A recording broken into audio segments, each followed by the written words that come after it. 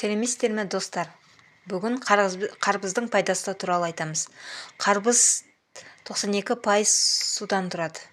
Салыстырып қарасақ, медузаның денесі шамамен 95%, жаңа туған нәрестенің ағзасында 80% су болады, ал ересек адам ағзасы 65-70% судан құралады.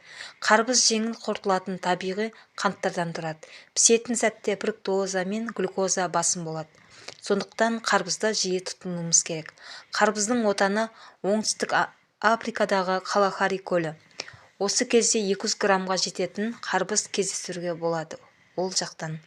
Және 4000 жыл бұрын Египетте де өсіре бастады. Қарбыз магнийге бай сусын. Магний бүйректегі тастардың түзілуіне жол бермейді. Жүйке жүйесіне жағымды әсер етеді. Ол сондай-ақ калий, натрий, кальций және басқа да пайдалы заттардың сіңуіне әсер етеді. Қарбыз фолий қышқылына және В9 дәруменіне бай.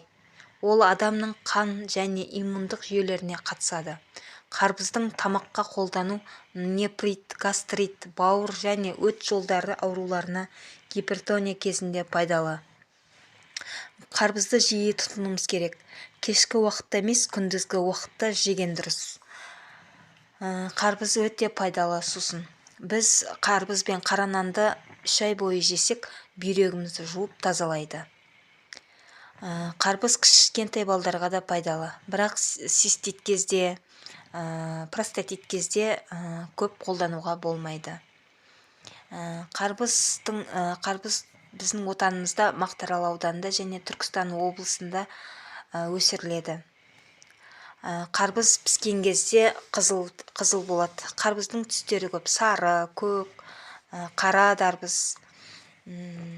Піскен кезде қарбыздың килограммы 10-15 килограммнан жетеді. Ұнаса лайк басып